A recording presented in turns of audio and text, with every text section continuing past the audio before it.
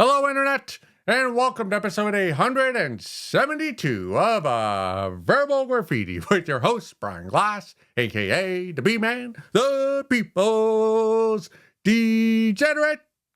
Take a knee, everybody. Get around Coach Glass and take a knee, because I got something I got to tell all of you, and I want to look directly in your eyes as I do so. My back is sweaty. Now, when I say my back, I mean my actual back, the part of my body you cannot see right now if you're watching via YouTube. I think you have the spine, you have some organs, some blood, but then there's that skin, that beautiful layer of skin with some moles and hair on it. I'm talking about my back. It's slippery, it's wet, it's damp, it's moist. I know some of you babes do not like that word moist, so I try not to say it because I'm a lover. I am a unifier. I'm not trying to divide anybody or make anyone go, ooh, moist. But my back, it's, how many times can I say it's without actually saying a word following it's? But it's, it's humid. It's damp. I just went for a run. I took a shower and I am still sweating. I won't say profusely, but it's coming. It's coming out of the pores. And that's why I'm wearing this boring t-shirt, because I don't want to get one of my good shirts all with all my sweat on it and have to wash it, because I don't like to wash my quality clothing, because I view my clothing as an investment, but this ain't about that. It's about my back. And it's grotesque. It is grotesque. I'm happy that I sleep alone. I'm happy that I'm a loser. I remember one time I did have a lady, a babe, who I was seeing in college, and I had the flu or a bad cold or something, and I was just in bed in the fetal position, and I was sweating. I had the cold sweats, and she's like, "Do you want me to do anything?" I'm like, "No, just go upstairs and sleep in another bed, because I don't want, because I love you. I don't want you to have to deal with all this sweat on my backside as you try to big spoon me." Because sometimes a B-man, I enjoy being the little spoon. Most of the time, I know I gotta be a man and be the big spoon. But I don't really, even though I have a great arm for a spooner, for a big spoon, because I have these noodly nothing arms, so I could put my arm like right underneath your neck, and you don't really feel it. You know, you ever been with a muscular man? I'm talking to the babes out there, and the arm, you know, you get the crunchy neck because his arm is too round. Not me. I just slide it right under there. But I don't really like being the big spoon sometimes, because it makes my arm numb. I can't feel it, and I like to toss and turn before I sleep. So I'm more of whenever I do have a babe in bed with me, which I do not right now, I'm more of I will cuddle you till I hear a little snore or a silence of, "Oh, you might be asleep," and I do a little magic trick. I pull it out without you feeling it, and then I go to my side of the bed. If you want to be touching the entire night while we sleep, go find another John. Not me. I will cuddle, but then I'm going back to my corner. It's like boxing. 3-minute round, and then I'm going back to my corner and talking to my manager, my coach, whoever. But I'd say that I'm glad I'm not sleeping with anybody right now, and that I'm a loser, because I don't want to inflict this slippery backside that I have right now onto another human being. Dude, I'm the same. Now that I think about it, if I were ever to be in matrimony with a babe as she was entering menopause, I'd have to divorce her. I could not deal with those hot flashes while we were sleeping together. That would be, hey, deal with the menopause, the 5, 7, 10 years, however long it takes your body to adjust to elderly state, and then come back to me. Right? Allow the B-man to fuck a bunch of escorts and hookers in their 20s when I'm also at that old age. You have to stay loyal to me, because this is the B-man here, right? I am the head of the household. So, but you gotta leave. Or at least, maybe not to force you, but you got to sleep on the deck. or in the garage. If we're that wealthy at that point, where we have like a 2 or 3 car garage, you guys sleep out there because I'm sleeping in the bed. Because I need my beauty sleep. I have this project, Verbal Graffiti. I'm in front of the camera. When I do stand up, I'm in front of audiences. So I need my beauty sleep. I can't be sleeping on the couch or in the garage or on the deck. You gotta. The female, you gotta go. You gotta go because I cannot be having a sweaty backside as I'm trying to spoon you, canoodle you. I cannot have that slipperiness, your stank getting on my chest as I try to do the proper thing and be the big spoon. I will not allow that. I will not. If I'm ever with a babe, which isn't very often, but she's like, let's say, actually, when I sleep with a babe, she's only allowed to wear panties. You're not allowed to wear like pajamas. You have to wear a thong. That's all you're allowed to wear, if that. And so if you're back in my, and I sleep in boxer shorts, so equal rights for everybody in the bed with me.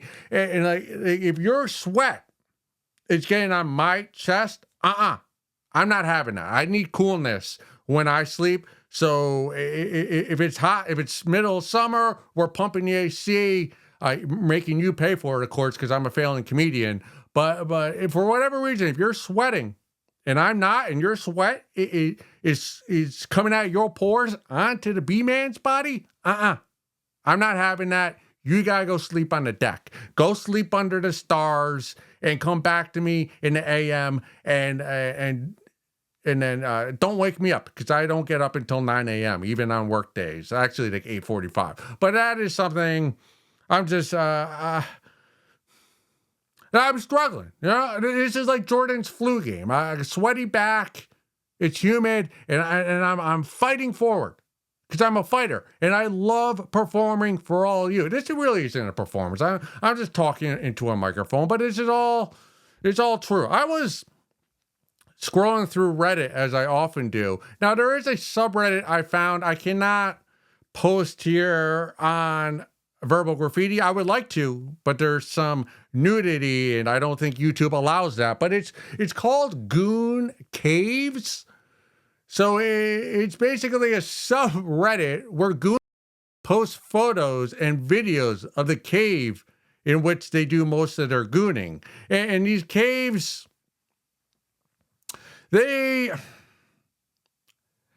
felt a sense of awe seeing these caves because they were all very similar. You'd have a dark bedroom, you'd have like a laptop, then you'd have multiple screens, like big computer screens, and they'd all have porn on the laptop, and then on the external screens, and then they'd have posters on the wall that are taped with masking tape of nudie photos, and it'd be like, wow. And then they'd have their phone, and then they'd have the gamer keyboard that lights up like blue and pink and very colorful, but then you'd have like the blacked videos, and then the DP videos, and then the amateur in the middle, and then the Asian below, and then the gang. It'd be all different kinds of porn going at one time. It kind of looks similar to a sports book on a football Sunday in the middle of the NFL season. That's kind of what these goon caves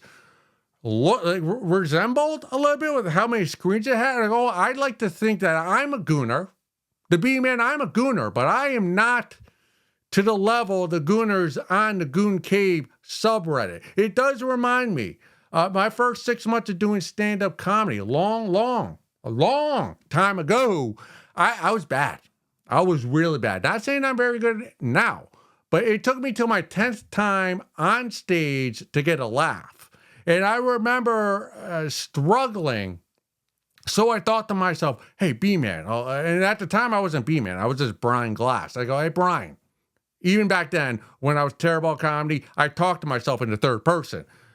Usually silently, though. But I was like, hey, Brian, why don't you listen to an album of somebody who's good at stand-up comedy, and maybe you could learn some tips or some ways about the good comedian and just learn from a talented comedian. So I listened to Dave Attell's Skanks for the Memories comedy album. Might be one of the best comedy albums of all time. It gave me nonstop laughter for 45 straight minutes. And after I listened to that album, it kind of hit me. Wow, it put me in an even more downward spiral because after I listened to that album, Skanks for the Memory by Dave Attell, they could hit me. Go, I can't do that. Like what the talent Dave Attell possessed as a comedian, as a writer, I'm nowhere near that. So what the fuck am I trying to do on stage? Like, there's no way I'm ever going to be able to attain the level of Dave Attell. So why am I doing this? And yet here I am, 12 years later, still trying to be a stand-up comedian and whatever the fuck this project is that we call Verbal Graffiti. But same thing with the Goon Cave. I saw these gooners. I go, I can't afford that many screens. These guys had real laptops. It looked like they made the laptops themselves, and they had all the external monitors. And I'm like, well, that's at least $6,000 worth of equipment just to goon by yourself. I didn't realize that I didn't realize the magnitude of a gooner who's a professional gooner. Because if you have that much equipment and that much wiring going on in your goon cave, you're a gooner. And now I feel like a hack. Or even worse, I feel like I'm lying to myself when I tell myself, I goon every once in a while, once every couple weeks.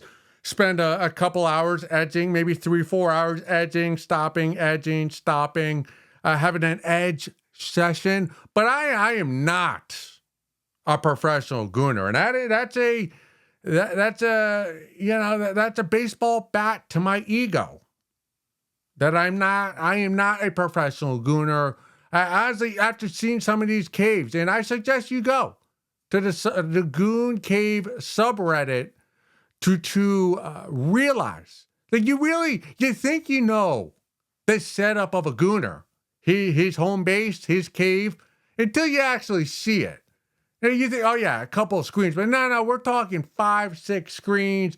With you can see DVDs on the floor, the 12-pack of Mountain Dew, the red one, whatever the fuck, Code Red, the serious Mountain Dew. But I don't know if I have that much giddy up in me. I was gonna say testosterone, but it's more than testosterone. I got testosterone. I've wanked it the last 2 nights. 2 nights in a row, I've wanked it. Cum has come out of my dick 2 nights in a row. That's pretty good for the bee, man. Anyways, you think you know until you see it. Maybe it's like similar to first love. You ask someone, how do you know when we're with the right partner? Well, A, she doesn't have a sweaty back, but B is, you know when you know. And it's the same thing you can say for a person's goon cave. You think you know, but once you see a goon cave, it does not have to be told to you that you've just entered a goon cave. Like when you're in a goon cave, you'll know that there is gooning going on in that cave. Hopefully when you're not there. That is the theme of this episode. So let's keep it moving along. My back is, I'm going to have to wash this t-shirt after this episode. All right. This comes from the subreddit Circle Jerk NYC. How to find gooner communities in NYC. That's New York City, ? I'm a little embarrassed to ask. Don't be. But sometimes you just need to be blunt. I'm moving to NYC, that's New York City, from the UK, that's United Kingdom, and am looking for a gooner group. Probably more laid back one that occasionally gets a little rowdy so that we can release some energy. I heard NYC is accepting all kinds of people, so I'm really looking forward to finding a new group of gooners here. In my hometown, we meet regularly to just watch for hours at someone's house or at a friendly pub. May sound weird to you. It doesn't. It does not to the bee man. But Lady Liberty's quote about accepting the tired and poor makes me feel welcomed. Anyways, I know that football, rather than soccer, isn't too popular with you Yanks. Maybe all you do is yank each other given the name of this sub. Hopefully, I can find some other fellow Arsenal fans. Well, you've come to the right person to find a fellow gooner. All right, so you're living in. I don't know anything about Arsenal. I assume that's something to do with soccer, so I'm not going to comment on that. That's out of my realm of knowledge. But you're coming to the UK, coming across the pond, NYC, obviously, yeah. You want to make some friends. Some people join a gym, others want to find gooners. And to be honest with you, I think you made the right decision because gooners are more fun to hang around than the lifters or the weightlifters and all of them. So I've lived in New York City for a little over 3 years. I worked in New York City for probably over 5, and I've been going to New York City to do stand-up for over 10 years at this point in my life. So I know New York City pretty well. Now, and I've never made any friends in New York City through the activity of gooning. So maybe I am speaking out of pocket with this one, but I can help you out because I've seen gooners goon on the streets in public in New York City. That is the beauty of New York City that might differentiate us from you over there in the UK is that us here in at least in NYC, not the rest of the US, but in NYC, the gooning is not relegated to the indoors. So what I suggest to you, that once you move here and you get settled, you move into your closet of an apartment. I'm assuming you have roommates because rent's very expensive here, and gooners usually don't make much money. Even all right, stay focused, B-man. Stay focused. Once you get all settled, put on your flip-flops. Get your Nalgene water so you don't get dehydrated, and go to Washington Square Park. That is the center for all the city's gooners. Don't go there during the middle of the day. Don't go there on a Saturday or Sunday afternoon or on a holiday because you'll have all normies there. Normies, you'll have tourists, people with their families. That's not when you want to go. You want to go at dusk, not when it's dark, but when it's getting dark. And you want to go to Washington Square Park. I believe what street is that on? It's downtown. It's downtown. It's a slab. Funny thing about New York City, they have all these parks, but none of them have grass.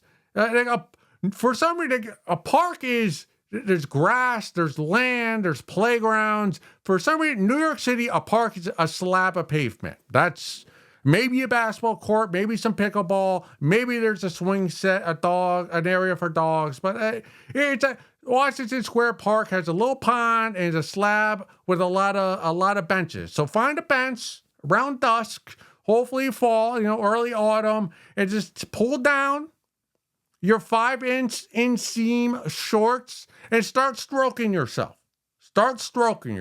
And similar to tossing a piece of a warm pretzel on the ground for pigeons, when you're stroking yourself, gooners will congregate around you, and that's what the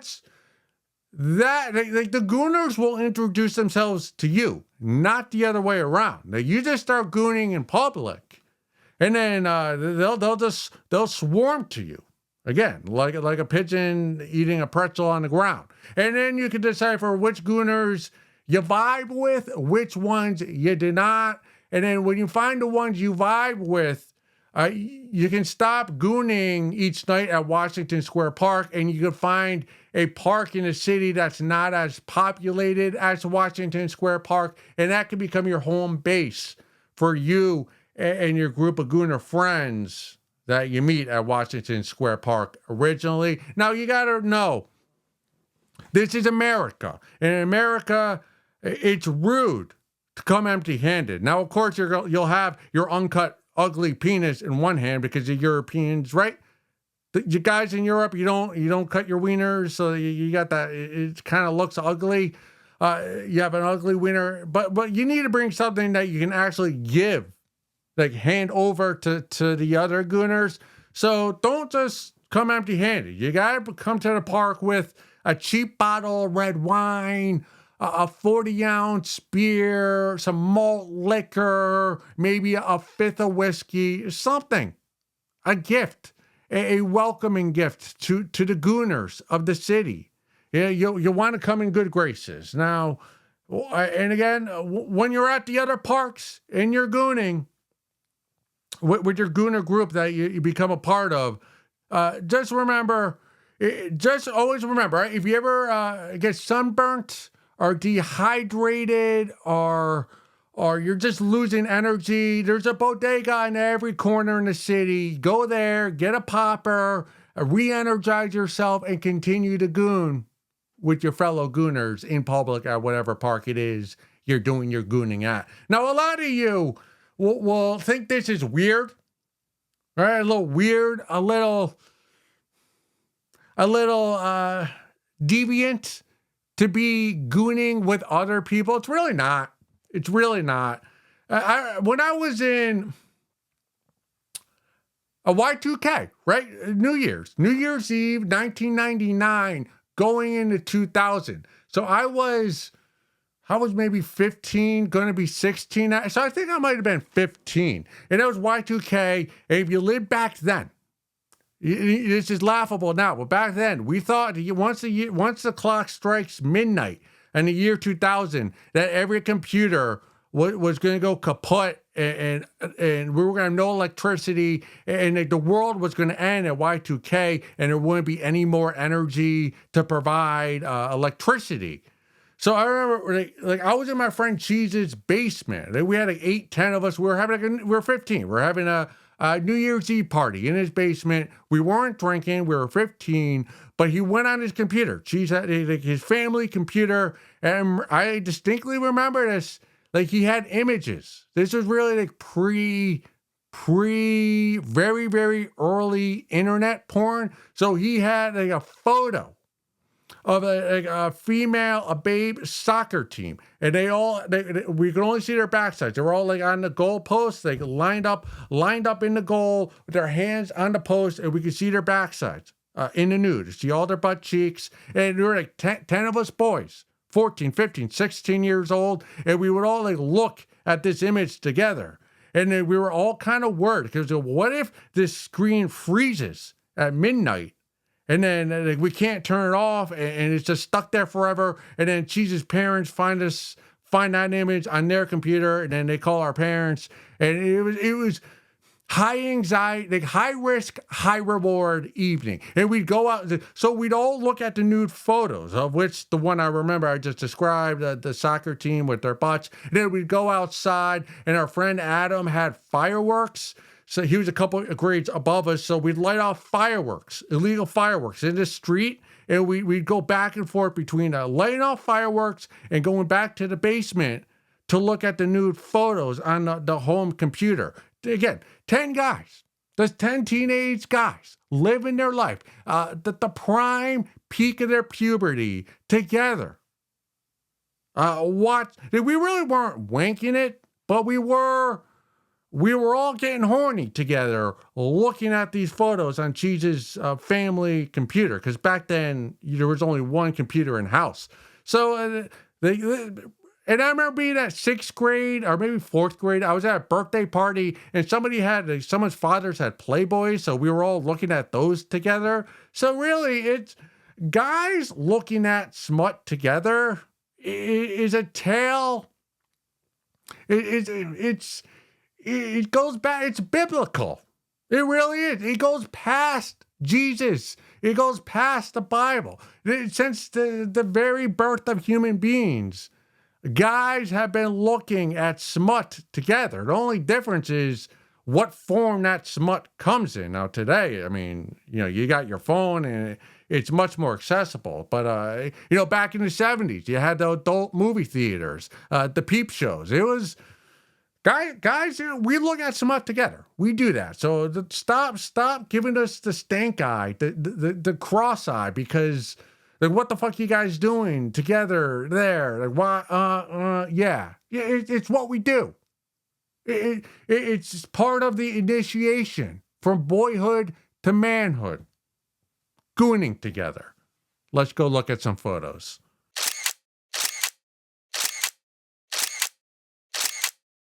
Segment 2 of episode 172. I learned last night that sometimes it's better to stay out. We always hear that saying, nothing good happens after 2 a.m. Well, nothing entertaining happens at 7 a.m. So it's a give and a take. You got to find where you're at on that spectrum. Last night, I was doing stand-up, as I always do. If you ever asked the B-Man, what were you doing last night? Stand-up. That's what I was doing. It gets to a point where you don't even need to ask me, because that's what I was doing. Sometimes I keep saying it on this episode, but I have to set the scene. Paint the picture for all 8, 10, 12 of you watching and or listening to this. And I do appreciate the viewership. So I'm outside. It's a great early fall, autumn evening, crisp in the air. We're outside, front patio. Not really patio, but they have a little fence with some seating. It's a bar, restaurant. There's a comedy club underground, but like above ground or at ground level, it's a restaurant. So we're there. And it's a Tuesday night, so there aren't many people other than the comics there. So there are a couple of guys playing chess, and it's amazing. Like 2 guys playing chess, or two people in general. It doesn't have to be guys. There's a chess board, and 2 guys are playing. People will congregate around those 2 and be invested in the game. And then you start asking the question, like, well, who?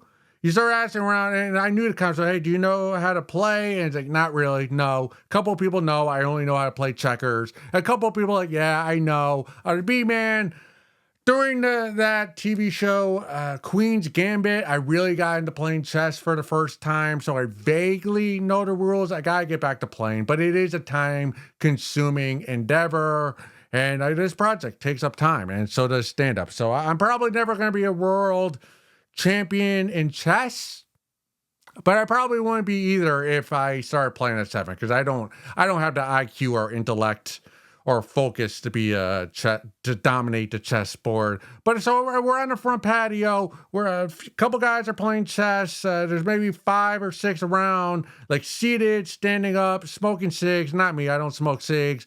Drinking. It's probably 9:30, 9:45 at night, and then there's another table, like, beside the chess table. There's maybe 3 or 4 girl comics, babe comics. They're having a conversation. They're eating Chipotle. And then there's this other fan of comedy. He doesn't do comedy, but he comes, hangs around. And what's his name? I don't want to say his name, but I think he was on a date with a teacher. Loved the teacher, elementary school teacher. She had minimum of 2. She probably had more than 2 drinks while we were there doing stand-up. That's an elementary school teacher for you. If you want to know who's an elementary school teacher, she's having multiple drinks on a Tuesday night out in public. That is the teachers of America. So it's a scene. All right, there's really nobody in the restaurant bar, but outside there's 3 or 4 tables of people having conversations, smoking, having a drink, conversing, debating strategy, on a date. Like, it's very, if there was a pastel, if there was a painter, if Monet was there, he could paint the scene there, and maybe that scene would cost $1 million for that painting, but no one was painting us. But anyways, I'm there. I did my stand-up. The mic was over. So I'm like, I'm just going to go home. I was invested a little bit in the chess game, but they had been playing all night. So I'd gotten my fill of chess. But I was like, I'm going to go home. It's 9:30. I'm going to go home. I'm going to doom scroll for a couple hours before bed. But for some reason, I was like, it's a good night. It's a good night. Stay. Just stay a little longer. Like, why are you in such a rush to get home? You have no babes. You ain't going to be fucking anybody. You might wank off. You're just going to doom scroll through X and Instagram. Like, what? You're out. You're in public. Stay there. So it's like something in my mind. the inner B-man told me to stay there and be part of the scene. So I did. I stayed till almost 10:30. And the table beside the chess table, the babes eating Chipotle, one of the ladies was not a comic. I started talking with her, like not really, but she had a bag of Chipotle chips, the tortilla chips. I've never had a Chipotle tortilla chip, but she had a bag. Said, "Hey, do you want some of these chips? I'd offer you some guac, but I ate it all. My apologies." I said, "Don't apologize. The Chipotle guac is fantastic. I don't blame you at all or judge you at all for eating it all real quickly before I could have any. But I had a Chipotle chip. Fantastic. I've never had a Chipotle chip before. So that was the advantage. That's what I got out of staying out later than I might have if I had not. Like I got to taste a Chipotle chip, which I've never had before. It has a bit of a kick to it, a tang. Not spicy, not salty, but it's got a little tang to it. I mean, this babe, she was like, it's a little tang to it. I'm like, exactly. It's tang. It's not sour. It's not spicy. It's tang. That's a Chipotle chip. So that's what sometimes when you stay out a little later than you're expecting to, you learn something new or you get a new experience. For me, it was having a Chipotle tortilla chip. And also, one of those babes, I guess she has a stalker, maybe an ex-boyfriend or lover who they got into her iCloud, and she was asking me questions about like how she can block the stalker. Because I do some investigative work. I'll keep that vague because I don't want to get into what my day job is and lose that. But I was lying to her. Like, because I knew, you're not a comic, so I'm probably never going to see you again. So I spoke to her from a place of authority, and I was like, oh yeah, private investigators, that's legal. They can follow whoever they want in the state. As long as they're registered with the state of Connecticut, or in this case, New York, it's similar to being a bail's bondsman. Like you're not allowed to apprehend the person. You're allowed to tail the person on the road. And I don't know if that's true or not. Like I was just lying to her, but I said it with such confidence, and it was making me feel giddy on the inside because I have no idea whether it's legal or not for private investigators to follow and tail just a normal citizen. But again, I'm never going to see her again. So fuck it. Yeah, I'll pretend like I know what I'm talking about. I mean, that's what I'm doing right now. Right? I don't know. I don't know anything. I'm just trying to make you laugh. But I did walk to my car, kind of giggling to myself, like, dude, that conversation I just had with her was complete bullshit. Like, I don't know if she's going to take it it seemed like she was taking what I was telling her as fact. And the more she kind of viewed me as an authority figure on the topic of investigation, the more confident I became in what I was saying. So now I kind of understand what do they call them? Like what's that term? Psychotics, like psychotic people can lie to you and with a straight face. I kind of get that mindset now. Maybe I'm becoming a little psychotic myself. Anyways, upward and onward. Yeah, stay out later than you expected next time you go out. All right, this comes from the subreddit, leaving academia. Should I leave academia? I'm about 3 years into a faculty position that makes $86,000 per year. I've got a 403B and am lucky if get an annual cost of living raise. My partner lost his job about 4 months ago and is having trouble finding anything around here. We're not exactly in a big city. I owe about $150,000 in student loans and am worried about where the repayment process is headed. I hit a few roadblocks in my first reappointment and didn't meet research expectations. My research is just picking up and I do enjoy it, but I am incredibly busy. As we all know, more work doesn't equal more pay in this area. We're both in a bit of a rut, and I've been considering leaving academia, doing travel therapy, then maybe returning to academia later.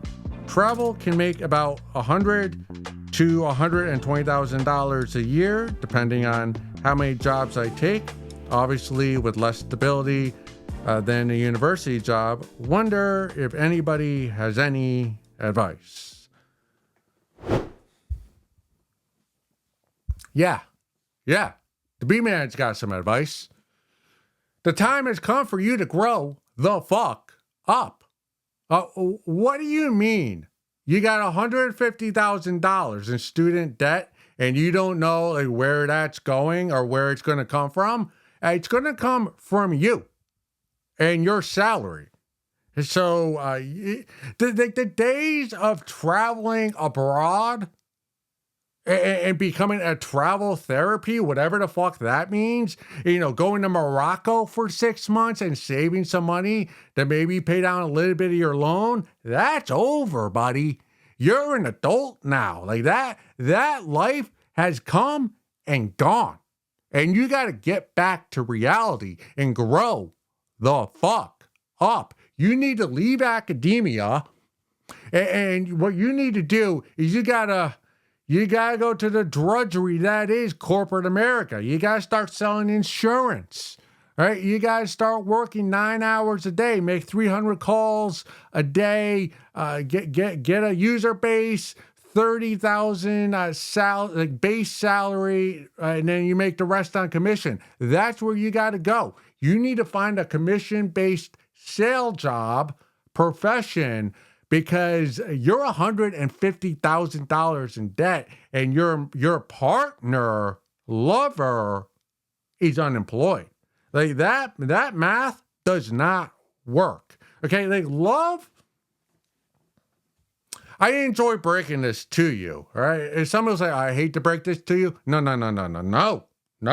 The B-Man, I enjoy breaking this to you. This reality. Love is a luxury. All right, a job is a necessity. Love is a what's the word? I blank my thought. Like love, it's a B-Man. Think of a word. It's an accessory.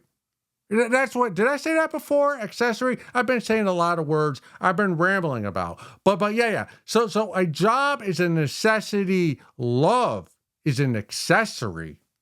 Take that. Just let that seep into your pores for a moment. See, you need a job that pays more than $86,000. And I guarantee you, traveling therapy, whatever the fuck that is, you ain't going to make $86,000 while you're doing it. And your partner, lover, is unemployed. So that's what I mean when I say love is an accessory that you cannot be afforded right now. You see, to be in a relationship as a poorly paid academic, you can do so only if your partner is a high earner. In a situation you're at right now where you're only making $86,000 a year and your partner is unemployed, means you're not afforded the accessory of love. So you need to kick your unemployed partner to the curb and tell them, hey, like you're the anchor pulling me down right now, so I can't have you in my life. So I know you love your partner, but you need a job. All right, you need to get your finances in order. So kick this partner to the curb and go find a real job outside of academia. Let's be honest. You are not smart enough for to be a professor. Because if you were a professor at a real university, one of the top, 20, 30 universities in America, Ivy League Junior, you would not quit your position. You would not think about quitting your position. Therefore, with that knowledge known, I know that you're a professor at some no-name pedestrian university is in bumfuck America. That you literally do not matter. Your students, they're doing all their assignments via ChatGPT, and it sucks to be you. It sucks to be you. You wasted 7 years getting a PhD, and now you have a position that doesn't pay well, although $86,000 is much more than the B-man. That's how much more than I make. But apparently, I don't have your student debt. Thanks to my parents, they let me live home and pay that down. But you're a professor at a no-name university. You have no prestige. Your students don't respect you. Like I said, they're using ChatGPT AI to get all the answers. You're probably getting all your lesson plans from ChatGPT. Your job, your profession is a joke.